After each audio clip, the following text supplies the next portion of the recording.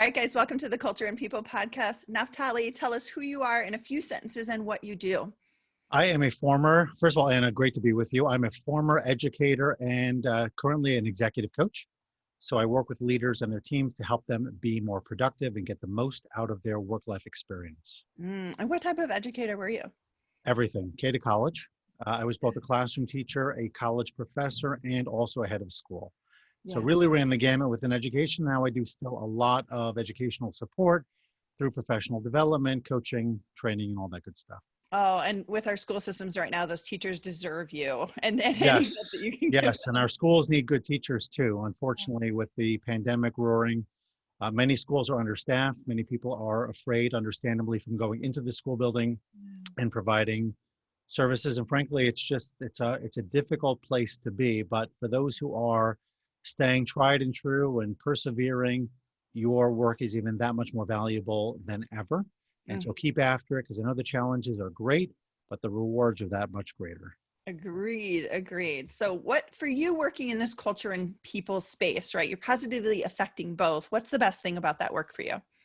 I just enjoy the opportunity to help people achieve breakthroughs. You know, as a coach, it's all about, to me, it's creating awareness and then accountability, the two A's. So what is the key component, the key step or series of steps you need that will achieve the meaningful breakthrough for you? It could be both in terms of hard work, let's call it technical elements of your job, or in soft skill, culture-based relational development pieces. And then how do you take purposeful action towards those goals? And Yeah. having somebody hold you accountable so that you don't just in theory sign up for it, but you actually pursue it and then take positive action around it. Yeah. Are you familiar with ProSci change management? Like their Um, ad card model? Not directly, no. Yeah, But but they start with awareness too, awareness, desire, knowledge, ability, and then your accountability is their reinforcement. So many people just discount those bookends. I love that you're doing that. yeah, those are really important. So I'm hearing from other top leaders like yourself, Naphtali, that engaging employees is a challenge. What are your thoughts? I think it's a bigger challenge than ever, Anna, in part because of the remote nature of our workplaces. What would typically be a walkthrough, kind of stop by, check in, how you doing, is much, excuse me, much more difficult for leaders to do now because they have to be purposeful. They have to Yeah. schedule it. People have to expect it as well. So typically speaking, it's one thing when you drop in on me in person. It's another thing when I have to kind of log in into Zoom or some other platform and meet up with you. So a lot of it is setting expectation, letting people know that this is important and I'm going to take extra steps perhaps even than I did before to make sure that it happens. It could be everything from a morning huddle to regular one-to-ones and other things leaders can and must be doing, because in addition to people needing motivation and guidance, they need empathy and support in this environment, and the recognition that they may not be able to work as, quote, perfectly as before. Maybe their workplace is not quite as constructed for real productivity. Maybe they got kids at home, maybe they got other distractors, but we will accept their very best efforts so long as that's what they're providing and support them along the way. Yeah, I love it. I think that motivation, guidance, empathy, and support on a spectrum, we've got to sort of toggle. We can't stay in one place Yeah. for too long or we miss out. And we have to ask questions. We have to say, well, what do you need from me right now? You know, what are the servant leadership, I think, is really critical here because it's more about positioning your people for success. Typically speaking, you know, we want that anyway, but leaders need to move from the me to we. It's not any longer, but their success as never really was, but certainly in, you know, in the leadership space, but certainly not recently. But the question becomes, how do we leverage our resources, knowledge, compassion, coaching, et cetera, you know, to help people drive the most success for themselves and the team that they're, you know, part of and whatnot. Yeah, agreed. So getting tactical, Uh-huh. Naphtali, what advice do you have for organizations who truly do want to evolve their people, operations, or their culture? So I think it's important for you know, you talked about culture. Culture is something that doesn't just evolve on its own. I think it's got to be purposeful. There's got to be intent for culture. So even, for example, when I talk about delegation, people are very surprised that the first item on my list is create a delegation culture. Let people know that we welcome delegation here and that you can ask for tasks that you want or things that you think I am doing as the leader that I should not be doing and somebody else should. And that I think is true for almost anything.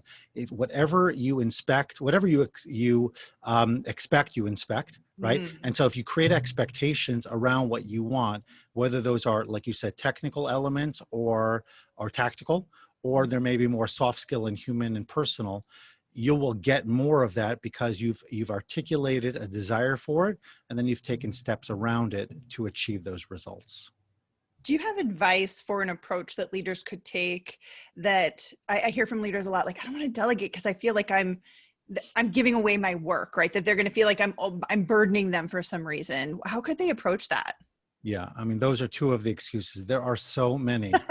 There are so many reasons that people don't delegate. You know, I don't have the right people, it takes too much time, et cetera, et cetera, et cetera. Bottom line is, it may seem counterintuitive for us to spend time to make time, but that's really what delegation is all about. It's recognizing that you have very specific work as a leader you should be doing, and then everything else should be delegated elsewhere. And then ultimately that will allow you to scale. You'll never be without work. The only question is what kind of work fills your plate. So if you're thinking about the Eisenhower matrix, for example, and the 4 Ds, so you've got do, defer, delegate, and delete. Delegate is that third quadrant, which is generally, it's not important, it's not urgent. It's not even, it's not, well, let me think for a second. It's important, but it's not urgent. Yeah. So no, that's quadrant 2. It's got to be something else. We'll link to it. We'll all figure it out. Because important and not urgent is defer. Yeah. And urgent and important is due. But the bottom line is there are a lot of tasks you want somebody else to be doing, whether it's responding to emails or taking care of other things that may not be up to your skill set, so to speak, or your pay grade. And then you should be identifying the pieces that are more visionary, the kinds of things that will advance the nature of the company, looking for new opportunities, developing strategy, all of those things.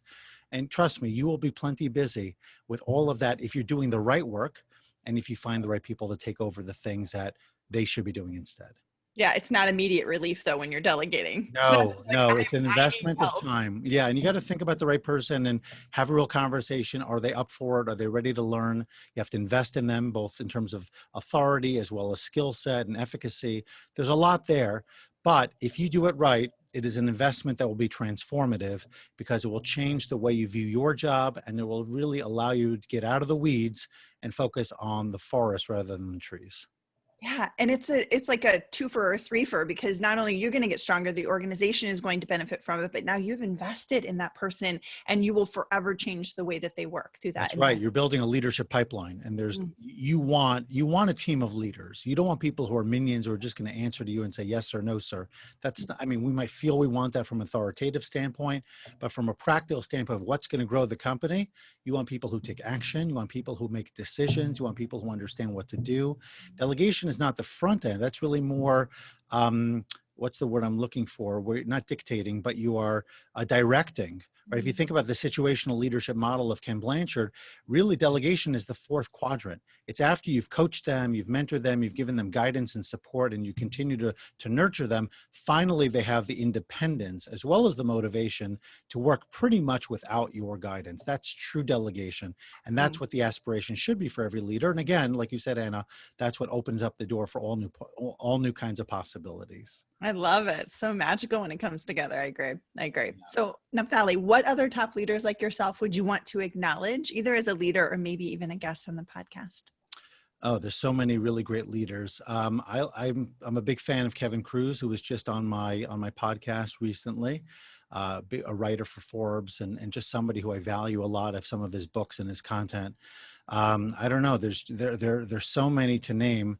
I'm trying to think of someone in particular that let's give a shout out to. Corey Warfield is another person that I think is very special. He's at Shedwell Scheduling in Chicago, a very good friend of mine, and somebody who I think is an up-and-coming star, not only on social media, where he has a tremendous following on LinkedIn and on other platforms, but is doing really good work in the community at large and sees the value in growing the world, so to speak, helping people, really being service-oriented.